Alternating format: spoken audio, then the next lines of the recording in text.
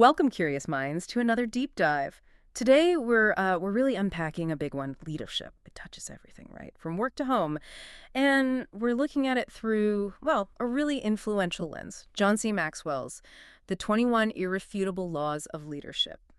So our mission here, it's not just a summary. We've got two sources. One gives this detailed breakdown, law by law, and the other, it's refreshingly candid, a personal, sometimes critical take on leadership itself. So you'll get the practical stuff, yeah, but also a balanced view. Helps you grasp what really works, in the real world. Exactly. And whether you're, say, running a big company or organizing a community event or even just, parenting, these ideas, these principles, they offer a way to think about how we influence things. We're going to dig into the what, the why, the how they connect. It's all about getting you that insight fast. Okay, let's dive right in.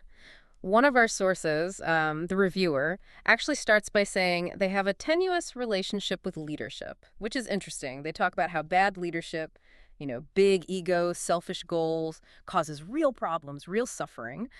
But at the same time, they were also inspired by amazing leaders and felt they had to try and become one. It's that kind of dual nature, isn't it? Absolutely, that push and pull. And that's where Maxwell comes in. He tries to bring some order to what can feel like a mystery. He lays out this framework, a bit like Covey's 7 Habits, maybe, providing principles for effectiveness. It's all about seeing leadership not as a job title, but as this ongoing journey of growth and earning influence based on principles. That's a perfect setup for the first law we should probably hit on, the law of the lid. It's fundamental, but maybe a bit sobering. Maxwell says leadership ability is the lid that determines a person's level of effectiveness. What does that mean practically, that lid? Well, think of it like a ceiling. Your leadership skill sets, the maximum height you can reach, effectiveness-wise. And not just you, but your team, your whole organization, too. Imagine someone who's brilliant technically, like a 10, at inventing things. Okay. But maybe they're only a 4 or 5 when it comes to leading people, communicating vision, that sort of thing. Yeah. That 4 or 5, that's the lid.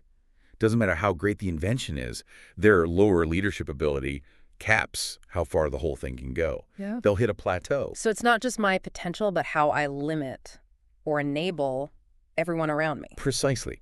That's the key takeaway. But the good news is it's not fixed. You can raise your lid. Understanding where your lid is now, maybe it's communication, maybe strategic thinking, lets you work on it intentionally. Okay, that makes sense. Grow yourself to grow the impact. Now, building on that, and this one really cuts through the noise, the law of influence. Maxwell's claim is bold. The true measure of leadership is influence. Nothing more, nothing less. That kind of dismisses titles, doesn't it? It completely does. It means leadership, well, it cannot be awarded, appointed, or assigned. You can't just be given it. You have to earn it. And the proof, it's simple. Yeah. Do people follow you? Like the saying goes, he who thinks he leads but has no followers is only taking a walk. A title gives you authority, maybe, but influence is deeper. It's earned. And you see the opposite too, right? People with no official title who have massive influence within a group. Exactly. That's the law of influence in action. They've earned it through connection, competence, maybe character. And Maxwell also points out insecure leaders often try to hold others down. They're threatened. But the best leaders, they actually want to lift others up. They gain influence by empowering people, helping them reach their potential. Okay, so we've got the lid and influence as foundations. Let's move into growth, the law of process. Leadership develops daily, not in a day. Oh, this sounds less exciting than vision, maybe? What's the day-to-day implication? Well, it might be less glamorous, but it's the truth, isn't it? Leadership isn't built in a moment of inspiration. It's forged in the daily grind. Your schedule, your habits, how you spend your time that reveals what you truly value, where your growth is happening or not happening. You can't just suddenly become a great leader in a crisis if you haven't been doing the work day in, day out. It needs a plan. A personal growth plan. Yes. And mature leaders, they don't just focus on themselves. They actively help others develop too, put them on a path for success. And connecting to that daily work is the law of navigation. Anyone can steer the ship, but it takes a leader to chart the course. This is more than just having a destination in mind. Oh, much more. Navigation is about foresight. It's looking back at past journeys, what worked, what didn't. And it's looking ahead, anticipating the storms, the obstacles, and then planning for them preemptively. Okay. It's figuring out what it will actually take to get there. Resources, people, timing, contingency plans, like Jack Welch said. Control your direction. Don't let it control you. It's proactive. Being proactive, planning, But leadership is fundamentally about people. Which brings us to the law of addition. Leaders add value by serving others. How do we do that intentionally? Because honestly, sometimes it feels like leaders are focused on taking value. That's a fair point. Maxwell argues that adding value, like 90% of it, has to be intentional.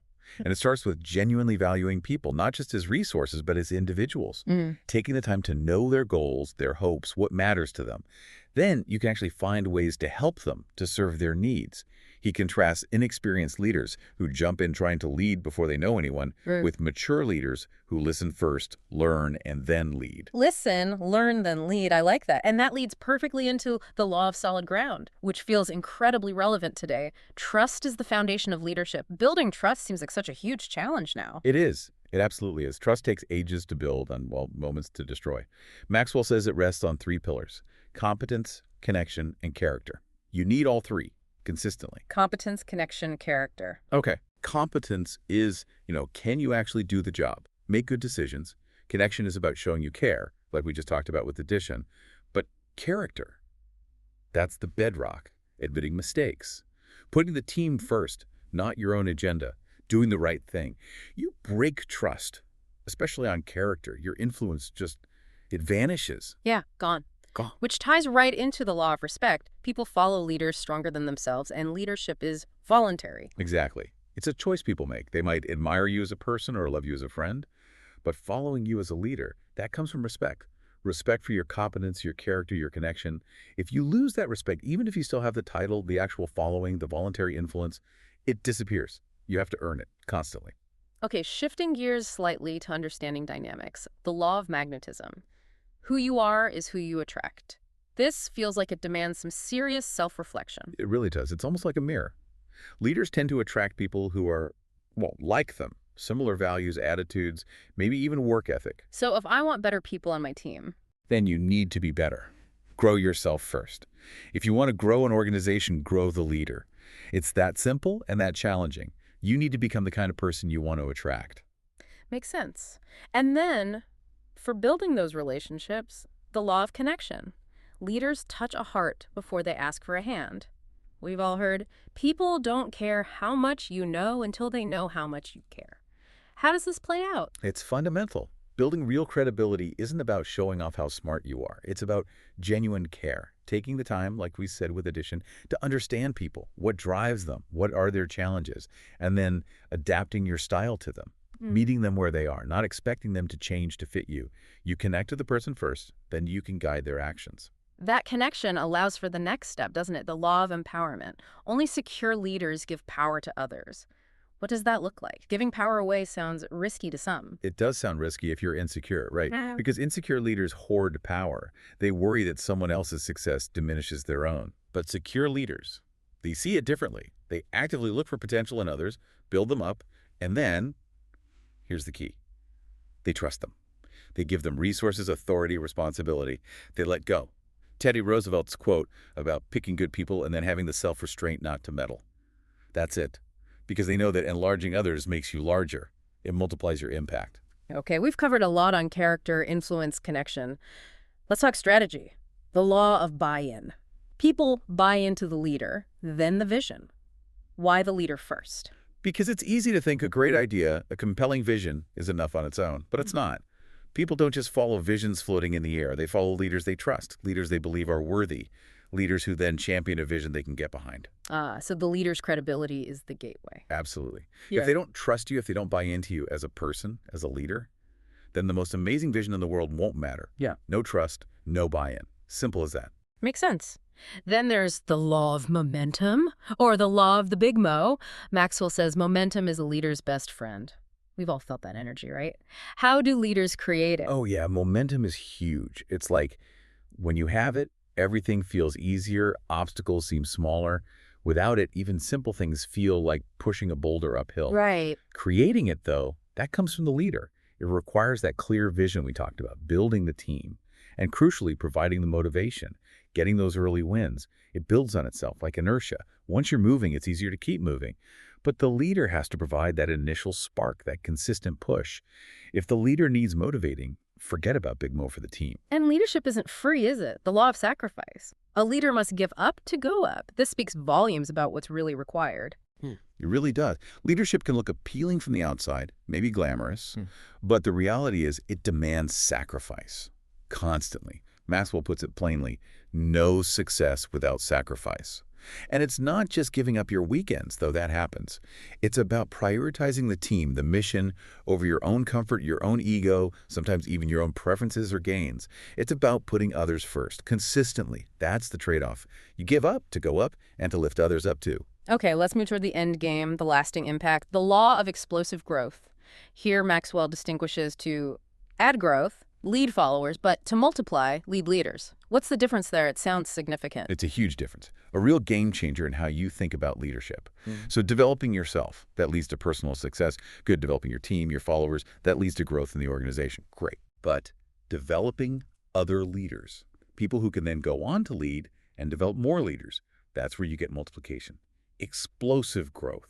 It means investing disproportionately in your best people, your potential leaders, helping them grow. Your impact expands exponentially, far beyond who you can directly lead yourself. Now, this is where one of our reviewers chimed in with a really interesting point. They felt that explosive growth could feel a bit like an American obsession, and they suggested adding laws like mindfulness and moderation to balance it out. What are your thoughts on that critique? I think that's a really valuable perspective. It's easy to get caught up in the bigger, faster, more mindset. And while growth is important, pursuing it relentlessly without balance can lead to burnout, shallow impact, maybe even unethical choices. So bringing in ideas like mindfulness or moderation, the reviewer mentioned Lagon, that Swedish idea of just right, it encourages a more sustainable, perhaps deeper form of effectiveness. Growth that's healthy, not just fast. It's a necessary counterpoint. A balanced approach, which leads us beautifully to the final law, the law of legacy. A leader's lasting value is measured by succession. Wow. That shifts the focus completely, doesn't it? Beyond just your own achievement. It totally does. It forces you to think long-term, way beyond your own tenure.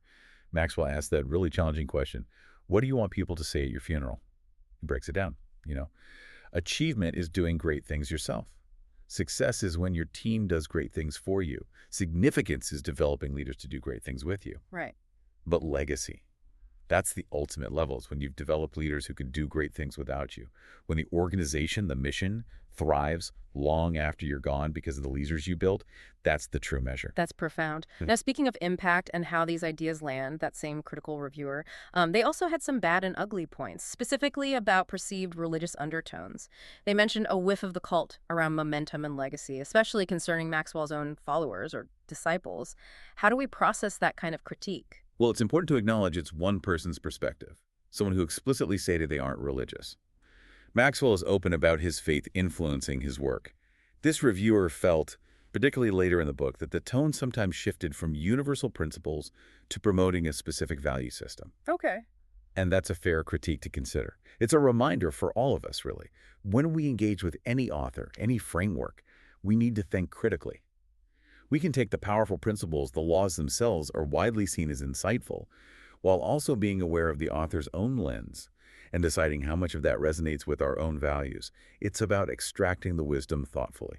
So pulling this all together, what's the big takeaway for someone listening? We've covered 21 laws, critiques, different angles. The big takeaway, I think it's that leadership is learnable, it's intentional, and it's a journey, not a destination. Maxwell's laws, even with the critiques, provide this really solid framework, this great advice, as the reviewer put it, for bringing your A game in whatever leadership role you find yourself in, parent, manager, community member. And it's not just about knowing the laws, is it? Not at all. It's about applying them, reflecting on them. Maybe even like one reviewer planned, using a workbook to actively measure yourself against them and integrate them into your daily life. That's where the change happens. Okay, so for our final provocative thought, let's go back to the law of legacy. Maxwell challenges us. Someday, people will summarize your life in a single sentence. My advice, pick it now. Ooh. How might actually defining that sentence for yourself today change the leadership choices you make tomorrow? Your habits, who you invest in? That's a powerful exercise. Yeah. And for you listening, what really stood out from this deep dive? Which law hit home? Maybe one that reflects a current strength or perhaps a challenge you're working through right now. Definitely food for thought. Keep those questions with you and keep leading with intention. Until next time, keep diving deep.